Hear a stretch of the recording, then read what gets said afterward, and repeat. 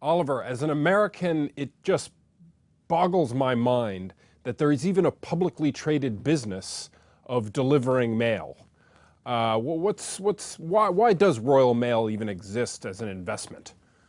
Well, as a resident of London, Rob, you'll have noticed that every day through your letterbox comes no end of what we like to call junk mail.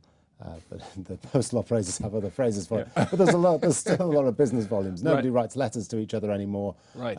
But there's still a lot of business post, bank statements, mortgage statements, gas bills, that kind of thing that comes through the post. So there is a business there. Is the business kind of going along flat? Do we have a steady stream of junk mail? Yeah, pretty much. There's a sort of 4 to 6% annual decline in letter volumes, but Royal Mail can kind of keep this going. It generates cash and it promises a nice dividend. So why all the trouble for the stock price today? What's changed? So Royal Mail today has had its first results since a fairly controversial IPO last autumn, and it's been quite negative. It's talked about headwinds for the business, and in particular, its problem is competitors.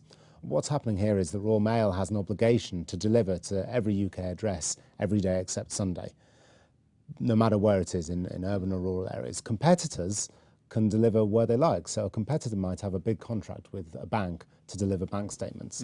And that competitor might say, well, in urban areas, we'll deliver all these letters directly ourselves. In rural areas where it's not so profitable to do that, we can hand some of that volume to Royal Mail and they have to deliver it because they're going past every address every day. Grotesquely irrational and unfair. Which is what the Royal Mail will be arguing to Ofcom, which is the UK postal regulator. The Royal Mail says that this competition isn't fair, it's going to cause it a real problem a few years down the line. We don't know yet what the regulator will say about it, but for the moment it's been enough to knock the shares back. So I come back to my first question, which is why, even after today's news and given this asymmetry in its competitive relationships, why do I put my money into this thing? Well, a lot of people have them because they like the dividend. The shares yield at the current share price about 4%. Now, if your money's earning zero in the bank, you might think 4% is very nice. But of course, buying shares for their dividend alone is a very, very dangerous thing to do. Today's share price drop has wiped out all of the dividend that's just been declared and all of next year's dividend as well, and some of the following years on top of that. So depending on what happens to the regulatory environment for Royal Mail, that dividend could be a very, very thin comfort to shareholders if the capital value of their shares declines. All right, we can put a stamp on it.